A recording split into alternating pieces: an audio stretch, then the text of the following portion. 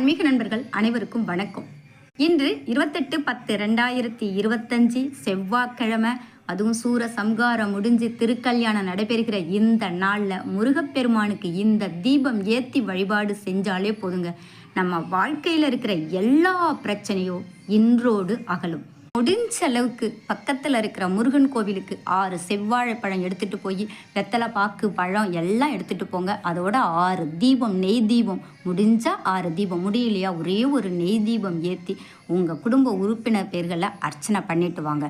அதிசக்தி வாய்ந்த நேரம்னா இன்னைக்கு 3 to 4 ராகு கால வேலையில் அன்னை பராசக்தியை வழிபட உகந்த நாள்.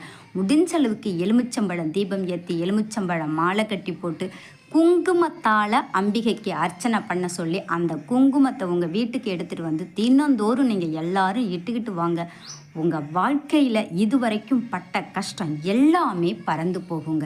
ஒரு சிவப்பு துணியை எடுங்க, 6 தோரம்பருப்பை வச்சு ஒரு துண்டு சுக்க வைங்க, 6 ரூபாய் நாணயத்தை வச்சு முடிஞ்சு இது கடன் அடைக்கிறதுக்கான தொகை, முருகப்பெருமானே எனக்கு நீ அடைச்சி கொடுக்கணும், அவர் காலடியில் வைங்க.